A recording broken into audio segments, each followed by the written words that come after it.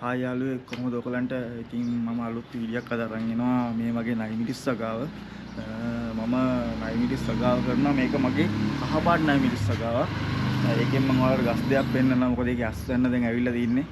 ඒ අස්වැන්න නෙලන කාලේ ඇවිල්ලා තින්නේ. බලන්න ඔයාලා ළඟත් මේ වගේ කහ නයිමිටිස් තියෙනවද කියලා. ඇත්තටම මේ නයිමිටිස් එක මට හම්බුනේ මාතර ඉන්න මගේ යාළුවෙක්ගෙන්. හරිම රහයි. ඒ වගේම සුවඳයි. අස්වැන්නත් හොඳයි. හැබැයි අස්වැන්න හොඳ වුණාට ගෙඩි බල නැහැ. මොකද ස්කොච් බොනට් වගේ ගෙඩි බල නැහැ. ඉතින් මේක හොඳයි Tamanට ගෙදර හදාගන්න මේ කැමරට එහෙමනම් සුපිරි. ඉතින් මේ බලමු මගේ 9 මිනිස් සගාව. මේක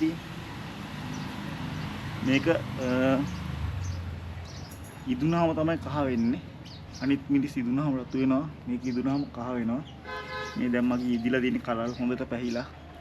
ඉතින් මම මේවා දැන් කඩන්න යන්නේ. අපි මේවා කඩමු.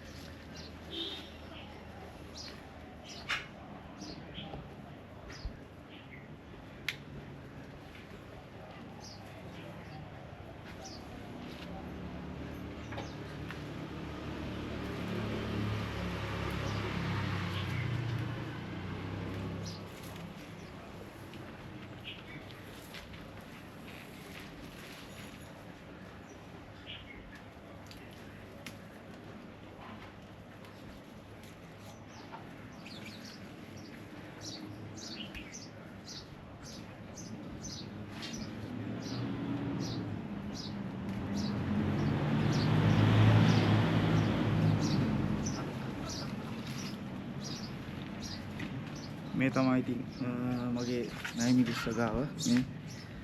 ඉතින් මේ ගස් දෙකෙන් මේ තියෙන මෙච්චර තියෙන්නේ. අස්වැන්න ඉතින් ඇත්තටම ගස් දෙකට මේ හොඳයි. මොකද මේ ඇස්සටත් අහුවෙලා ගස් සවුත් වෙලා තියෙන්නේ. මේ ඒ සවුත් වෙලා තියෙන මෙච්චර අස්වැන්න දුන්න කියන්නේ ඇත්තටම හොඳයි ගස් දෙක.